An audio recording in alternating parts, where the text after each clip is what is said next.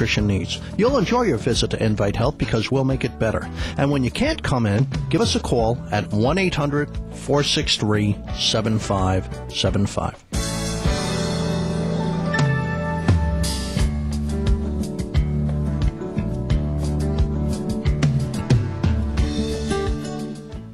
You can become independently healthy, and I'll tell you how. Dr. Bob Martin here. If you want to feel, function, and perform the very best you can, please tune in and call into my show Sunday mornings at 10 on Talk 1470 WNN. When I was little, I didn't talk for a long time. I liked things to always be the same. Anything new or different would scare and upset me. I was very sensitive to lights and sounds. It was almost like I had bigger eyes and ears than everyone else. So I built secret hiding places where nothing could get in. I didn't like looking people in the eye. It made me feel uncomfortable. I'd throw big tantrums over little things like when my socks didn't match. Sometimes I'd do the same things over and over. Until one day, I found out I had autism. My family got me help. Slowly, I learned how to live with it better. You can see signs of autism in children as young as 18 months. Early intervention can make a lifetime of difference. Learn the signs at autismspeaks.org/signs. Brought to you by Autism Speaks and the Ad Council. Talk 1470 is WWNN Pompano Beach and 95.3 FM W237BD Boca Raton, the Health and Wealth Radio Network. 1470 AM and 95.3 FM, the Health and Wealth Radio Network.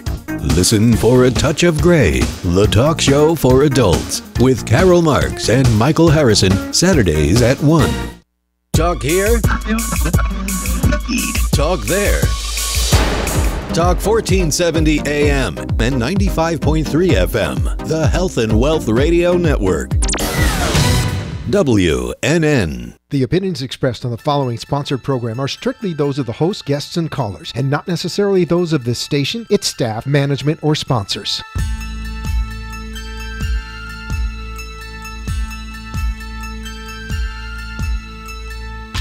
Are you ready?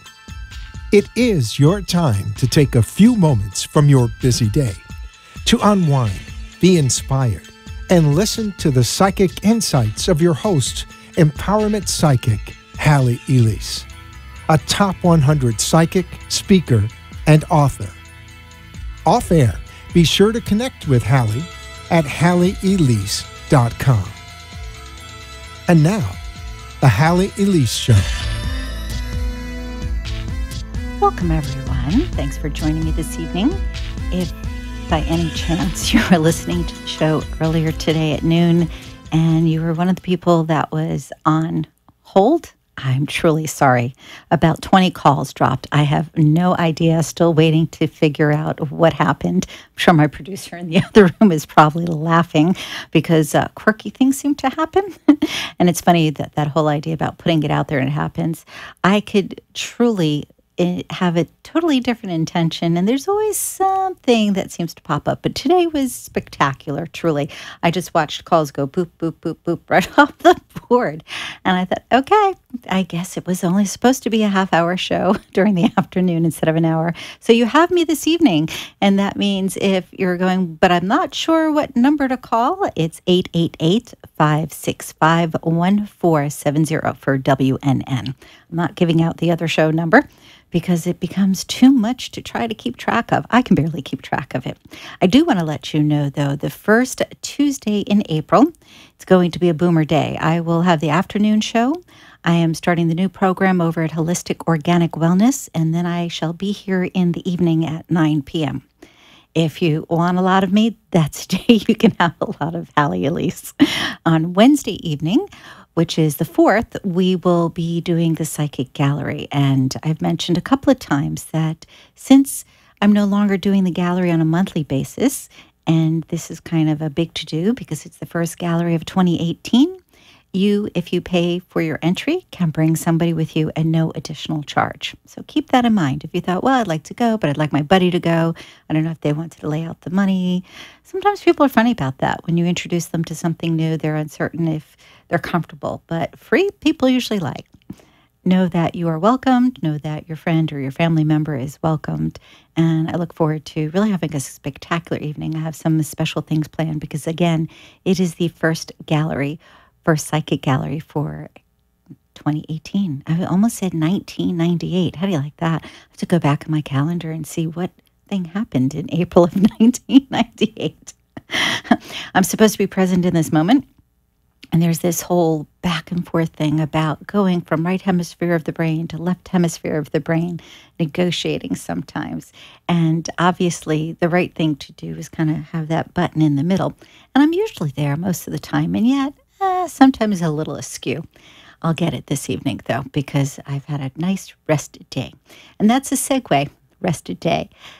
How often are you allowing yourself to rest, really and truly? And I don't mean rest as in you need to take a nap because you're exhausted, or rest because there's something going on and you're mentally fatigued, or rest because you were out till 3 a.m. and your body just won't function. I'm not talking about that type of rest. I'm talking about where you just say, I need a day for me to be zen, to be quiet, to be peaceful, maybe catch up on some old movies. I have a penchant for mysteries, and I spent a bulk of the day watching some English mysteries, which I just thoroughly enjoy, and doing the whole whodunit thing. It's really funny. 9 out of 10 times I was correct. That one, though, boy, it really surprised me. They did a whole flip-flop with the character, and I just did not anticipate. And if you're going, but you're psychic, you should have known. In those moments, I'm not necessarily being psychic. I'm being more analytical. I'm taking a look at the evidence as it's presented in the story. I do the same thing when I read a book as well. I try to anticipate what's coming next. And most of the time, I do pretty well at it. But today was a little bit of a challenge, and yet it was a lovely day. I just noshed and rested and watched films, and I did that in between booking appointments, though. I did pick up the phone today, and I did also have the afternoon show, which, as I mentioned, had a little snafu, but that's okay. It's interesting how there always seems to be something that shows up. And I really think it's the universe's way of saying, see, you keep telling people that it's not, are things going to happen, but what are you going to do when they do happen? I have to say, the majority of the time, I handle it well. Not perfect. And I shared this, I believe, either last week here or on the other show, I don't recall. And let me preface for those who are wondering, what is she talking about the other show? The Halley Elise show airs here on WNN, which is terrestrial radio, that's good, radio, and also on AMP2, on iHeart, on multiple stations on the web, as well as that which is concrete, again, terrestrial. The other is just a web-based radio station that has podcasts. After the show is complete, then a podcast remains intact that you can listen after, but there's no video, and it's somewhat limited in respect to how it's shared. I guess with anything, you could do a lot of multimedia and put everything out there, and I do my best to get the word out. My point to all of this is, if you were unfamiliar, that's what I keep talking about. There's that duality on Tuesdays. And it's really funny because I didn't initially plan to do that. It just kind of came out that way. Anyway, what I started to say about segueing and going from one thing to the other, no matter where we are or what we're doing, there are things that pop up in our world that we have no control over. Sometimes those things are wonderful surprises, and other times there are things that really sadden our heart. We have so many different catastrophes and atrocities. And I was speaking earlier on bringing light into our life versus darkness or heaviness. We always have heard the expression, lighten up, when somebody's in a bad mood or they're grumpy or something's going on. We need to kind of say that to ourselves on a more consistent basis, lighten up. And if that means taking a day out from the rest of the world and just resting and vegging and catching up on old movies, then that's what you need to do. Versus, oh, but you don't understand. I have commitments. I have work. I have people I have to take care of. I have. Honestly, the one person that you have to take above and beyond anybody else is yourself.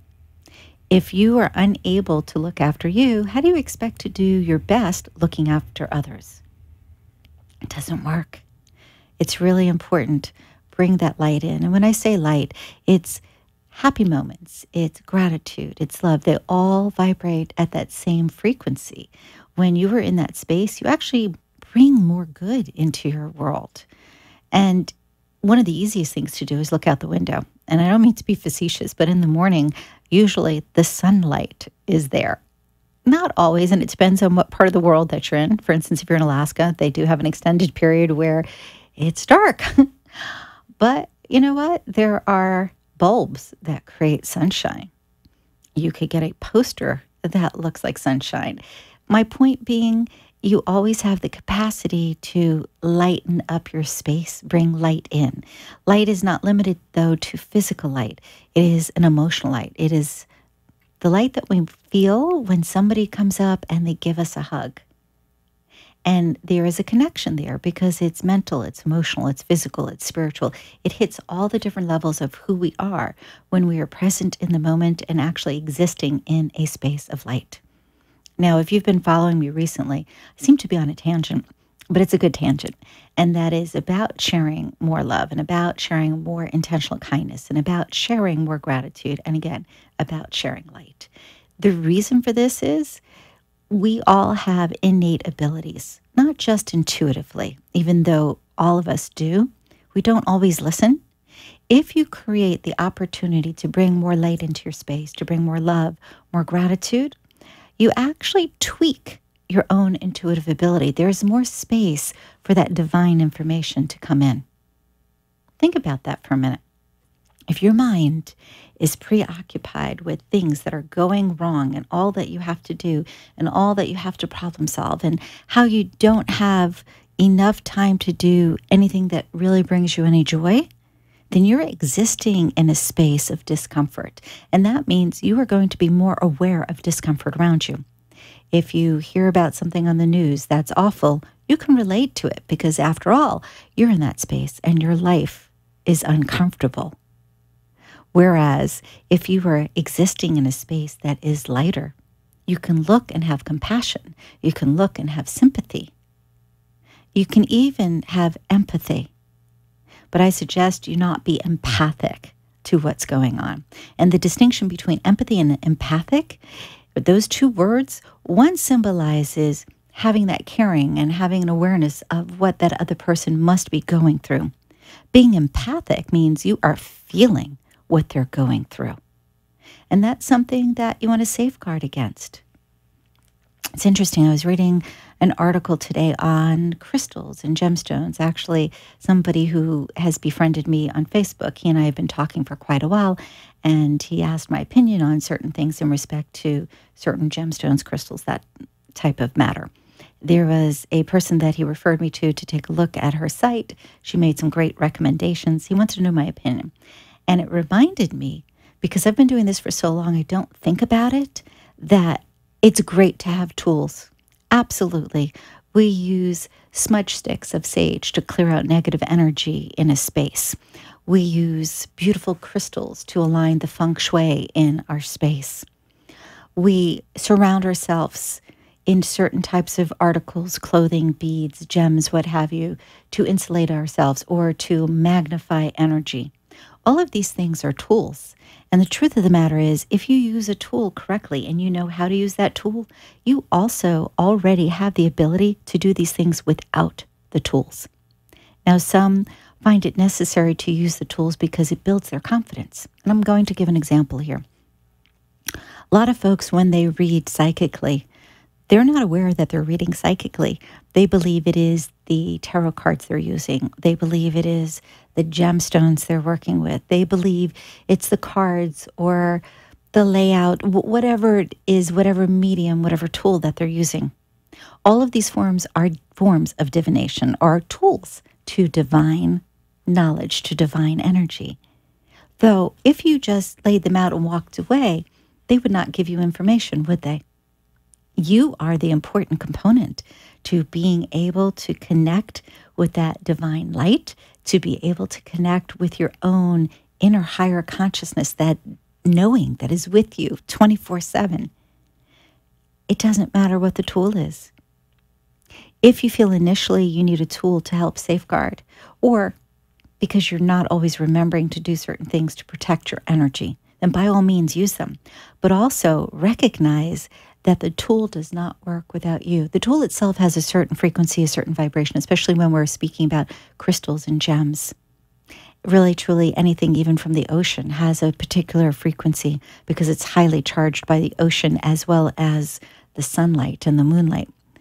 The point is, these tools should be like assistants, not as an assistance, but assistants, TS versus NCE.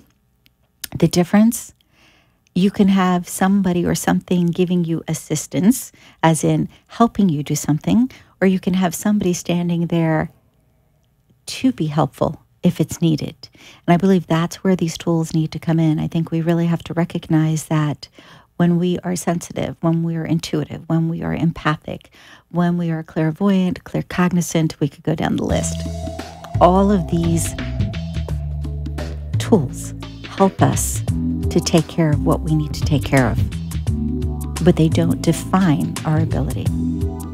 We're going to take a quick break, and if you'd like a complimentary reading this evening, give us a call at 888-565-1470. We'll be right back.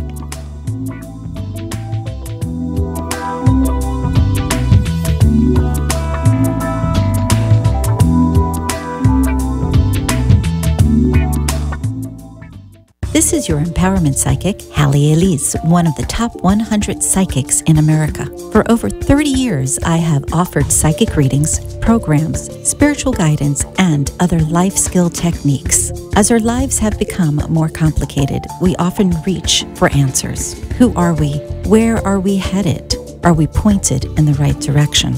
In addition, we often are concerned for our loved ones. I have helped thousands of people navigate their life circumstances through different modalities of spiritual and intuitive guidance. Call me at 561-755-2166 and allow me to further explain how I may assist you in clearing the path of yesterday so today and tomorrow will be a success. Call me at 561-755-2166 or visit my site, HalleyElise.com. That's HalleyElise.com.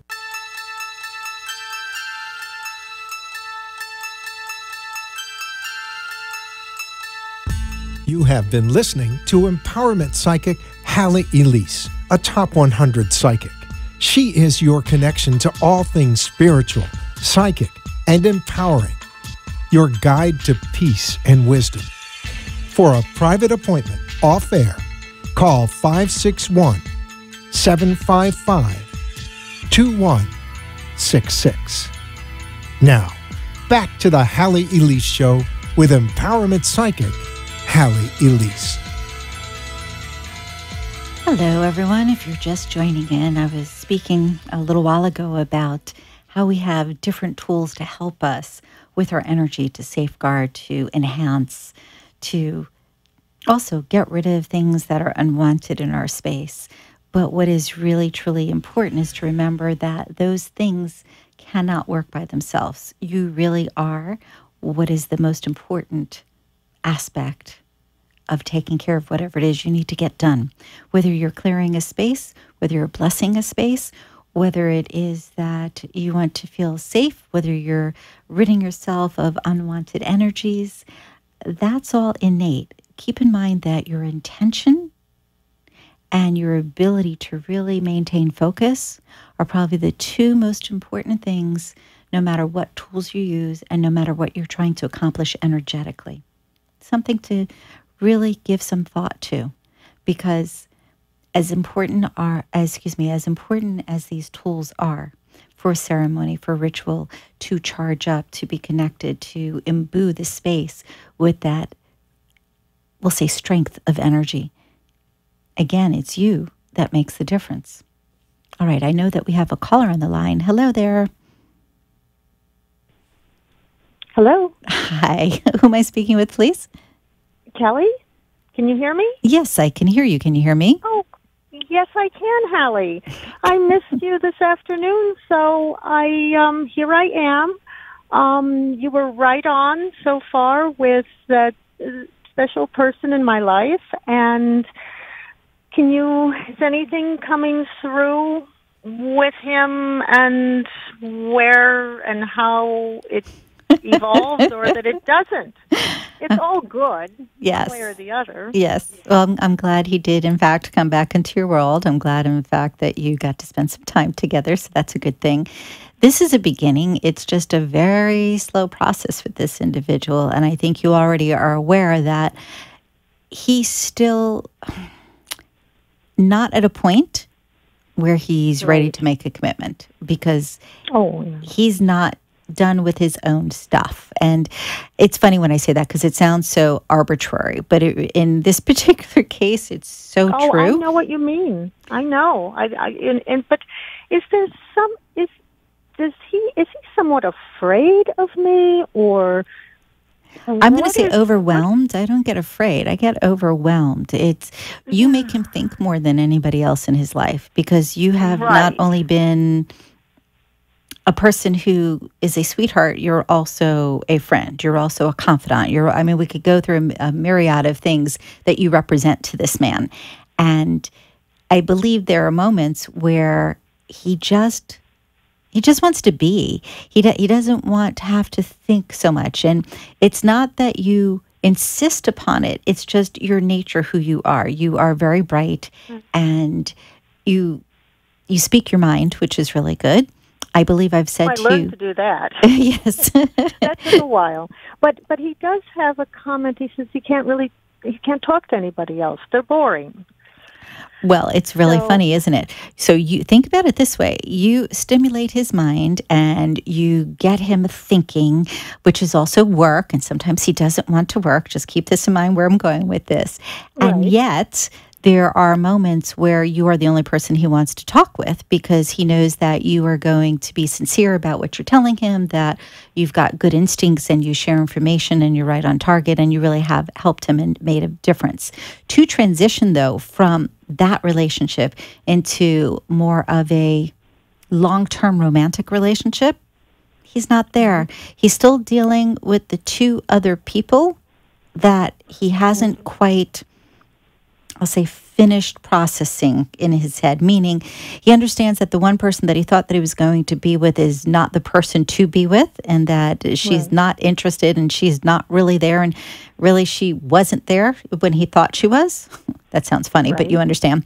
And then there was somebody else who was kind of on the sidelines who he thought, maybe could be something, but again, there's a comparison, which is really funny. Meaning has shared time with other women, and yet he compares them in his head to you in respect to how they communicate with him. So it's somewhat of an oxymoron. He's got to get clear in his head that it's okay to have you as more than a friend. That, again, overwhelms him. The idea of being together all the time on a regular basis, I don't think he's ready to look at that. He's so much into his business and operating what's taking place with his business and making sure things are good there. That takes so much of his energy. It does. That when it comes to, again, relationships, and not just with you, but with other people in his world too, even family types of situations. Right. There's always something very taxing. It's a matter of he's a problem solver at business and doesn't want to be the problem solver in his own life. You follow? Gotcha. Yes. By the same token, when you're together and he wants information, what you may want to try to do is remind him that he is the bigwig in respect to business, that he is smart, that he accomplishes so much, and that whatever's going on, he'll manage. Don't always give the answer. I do that. Pardon? Yeah, I do that. Because he's very intelligent, but he does at times have a not so good of a self-image in that respect. He generally goes up north for work, probably in April. He doesn't want to, but this is something that, because of the good money, he does it, and then he comes back in the fall. I have a feeling when he's 5 months. Right. 5 months is what I'm getting. I mean, as you started to say April, I'm hearing 5 months. Even though fall to me is September, not August, I'm getting tail end of August. As soon as he can get away from up north, he's coming back down. Okay. And do you, if anything's coming through, am I in, out, gone? You're in. Here? You're in. Okay. You are in. Okay. I'm going to say, though, anytime that you spend with him prior to his going north, be girly. And I don't mean girly in the sense of ridiculous, where you don't have any intellect. I'm not suggesting that at all. I don't want to put women's lib back 100 years. Right. But what I am suggesting is, if you have to stand on a stepladder to get something and he's standing there, let him get it for you. Don't be so independent. Allow him to step up and be helpful, because then he realizes that, yes, you can have that duality. You don't always have to be the one taking care of things. And it's funny because there is such a contradiction here. On one hand, I don't get him wanting to be the fixer as far as in personal life. And yet on the other hand, he doesn't want somebody else to always know better than him. Right. So it's a delicate balance there. Way. He's come a long way. This is a long project, Halley. This is like 4 years, on the fourth year of his making, and it's... The difference, though, if I may, is that at this point, he's not going backwards. Okay. At this point, it's about moving forward, because whatever took place this past year and a half really kind of did him in. And he does not want a repeat of that. That's true. That's true. And have a little faith, have a little bit of patience. This is going to move in your direction. Okay. All right. Well, it's all good then. Yeah, it is. In the meantime, just take care of you. Oh, I do. That's a full-time job. I'm trying to get through to you. You're so popular. Oh, you're sweet. Thank you. I know why. Thanks. You hit it right on. So I really appreciate the time. And thank you so much, Halley. Have a beautiful night. You too. Thanks for calling in. Take care. Okay. Bye-bye. You know, I want to say something in respect to relationships. It's really funny because we have all of these gurus out there that tell us what to do, what not to do. There was a woman who wrote a book. What was it? Oh, my gosh. I wish I could remember the title. If somebody remembers the title, let me know. But it was the idea of how a woman was supposed to behave to get a man to call her back. So she was supposed to be nasty and she wasn't supposed to be available and, you know, all of these things. And I'm thinking, why do you need to play games? If you like somebody, let them know. If you don't, you don't. If you want to sleep with them, sleep with them. I mean, it should not be all that complicated. Okay, yes. I agree that men and women think differently, and I know this to be true, not only because we have the mental mapping to show it. Science shows us that the synapse in the brain is different in men and women, and connections are different. I get that. And yet, ultimately, doesn't everyone want to feel good? Doesn't everyone want to feel loved? I mean, I'd be way off here, but I think the majority of the planet looks for that. They want a connection. They want to know that there's somebody in their life that means something. Don't make it so complicated. I attended a program going back a couple of years ago with a couple of gal pals, and it was really funny. It was about how men and women communicate and how you can actually connect with somebody. And it was held at a lounge. The lounge was closed. The folks there were really kind of cute because the men, of course, were on one side and the women were on the other side. And I kept thinking about this whole setup. Why didn't they have the women and men sit together? Force them to be like little kids and make conversation. It would have made more sense. Really funny. All right, look, bottom line is I want to leave you with a very strong message, which is A, you are powerful. B, if you feel you need a tool to work with to help yourself, by all means use them. But remember, A, you are powerful. It is your intention that makes a difference in any ritual, in any situation. It is you. Where's your heart coming from? Where's your head at? Keep those two things in mind. They make a huge difference versus just sitting idle or thinking that somebody else or something else has to do things for you. I hope you enjoyed this evening.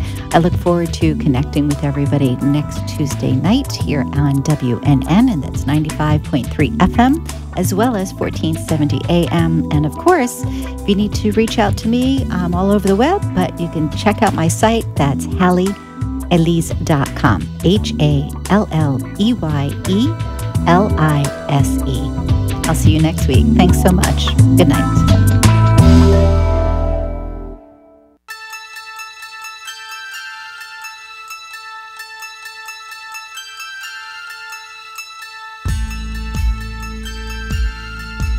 Remember to tune in every Tuesday on WNN at 9 p.m. for more peace, inspiration, and psychic phenomena with empowerment psychic Halley Elise, Top 100 Psychic.